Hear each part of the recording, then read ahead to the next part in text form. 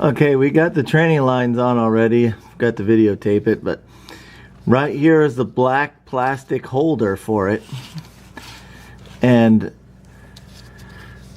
these hold the little snap ring that's underneath there. You pry these off, and underneath here there's a little clip that goes around. You got to make sure you put these transmission lines in all the way so that these little clips will be seated in there, or the transmission line, when it gets pressure, will blow out. And then you have to make sure you put these little black holding tabs that holds the little clip in place, and then you snap it on.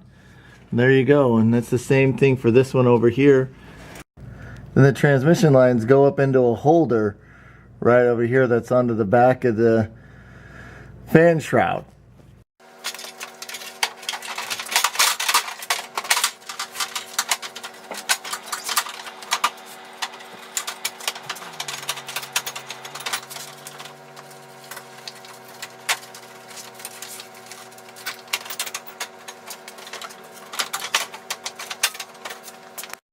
Okay, we're putting the grill on.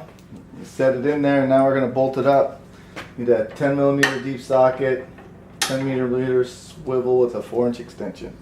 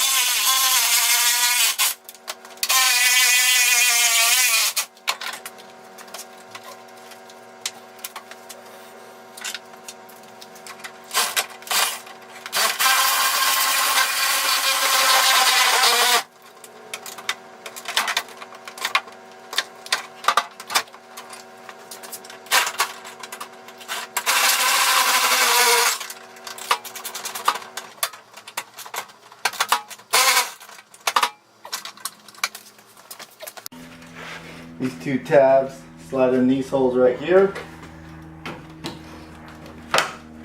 Push down a little.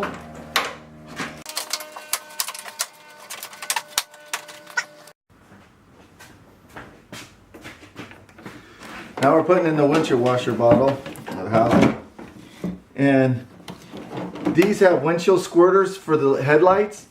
So this wire has this hose has to go down through here and connect to a hose on the front of the grill.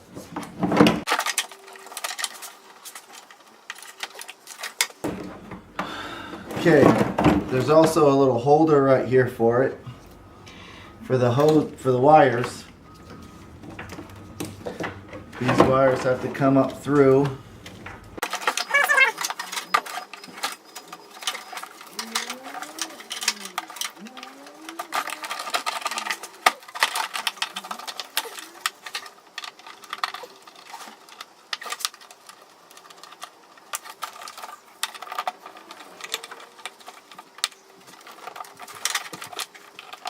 There's 4 connections on this. For the windshield squirters for here, the windshield squirters for the front lights, and then the windshield squirter in the back, and then there's a level sensor that's over here on this side. There's the one hose connector that goes to the front, to the license plates up here. Then there's a bracket down straight through here that you slide that in. Then this, and there's one bolt right here, and then there's these 2 lines that go to the back. And so then we just hook them up. Those.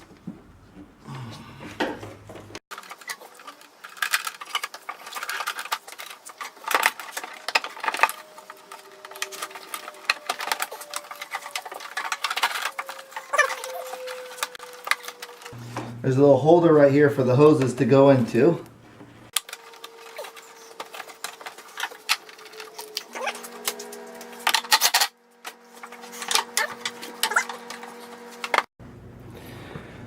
Okay, so we're putting the headlight assembly on now. These wires go down underneath the bracket, and this one comes in through this little hole right here. We have these tabs here, here, and here, and they go in these sliding levers, which makes this assembly really easy to pull out and change the bulbs. So you have these two lights here and the one 4-wire connector.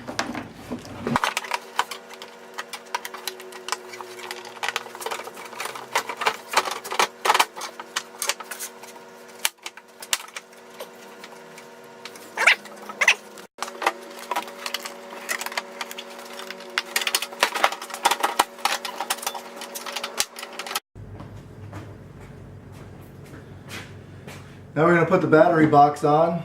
It's over.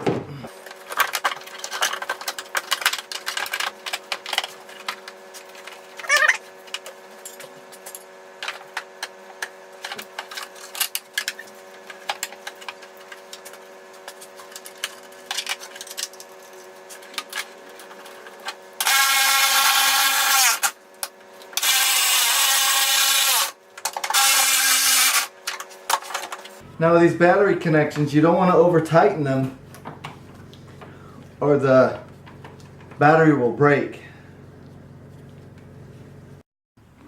Okay, now we're going to fill up the cooling system. I always like to take a hose off that's up high so you can get the air pockets out of the system, and I've taken this off the top of the head right here in this bleeder hose. So we'll fill it up till it comes out of here, and then we know that the thermostat has coolant behind it, and we won't have a big air pocket and have a problem with it the thermostat not opening up. Also, when you fill these systems up, you want to use distilled water instead of regular tap water. Makes the cooling system, the Dexcool likes it a lot more. It has a less chance of sludging and breaking down.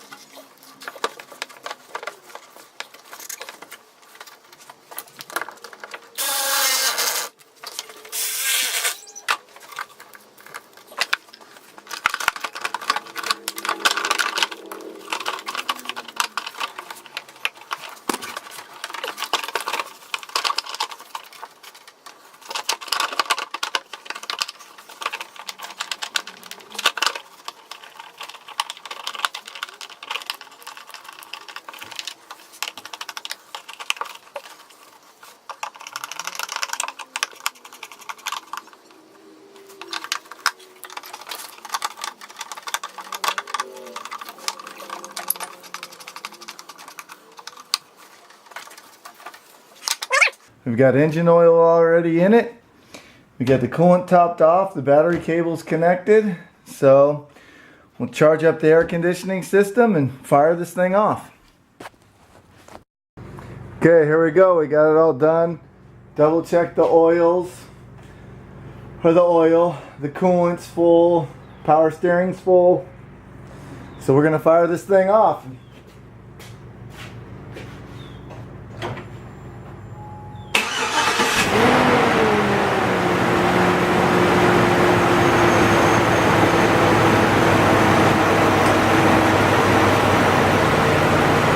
Sounds pretty good, fired right up. I don't have a check engine light on yet, so we'll just keep our eyes on that and let the cooling system warm up. This was a used engine, so we didn't have to break in the camshaft or anything like this. This motor had 88,000 miles on it, so I can just start it up and let it idle, and I don't have any issues with breaking in the camshaft. Okay, so we had some issues with it after it ran. Well, we had one issue. It was running fine, but it started to get real hot and it wasn't cooling off. So I was trying to determine what was going wrong with it. Well, when you don't have circulation through it, then it will overheat. And that's happening right now because the thermostat's stuck. So to figure that out is you touched up a radiator hose, and if it gets warm, then you know that it's good. Make sure the engine's off before you try to touch the lower radiator hose. So you shut the engine off, and you reach down and you touch the lower radiator hose, and if it's cold or just lukewarm, then you know that the thermostat's not opening up. And also on these models, the heater hoses won't get warm either, and there will be no heat out of the vents. And I had no heat out of the vents, and I had my lower radiator hose was cold. Some things that you can do, like if I had an air pocket, you start it up, you let it run, and then you shut it off and you let it sit for a little while for the temperature for the coolant to move around inside the block to get behind the thermostat to open it up. I tried doing that twice with no luck, so I'm gonna have to change the thermostat now and refire this thing up.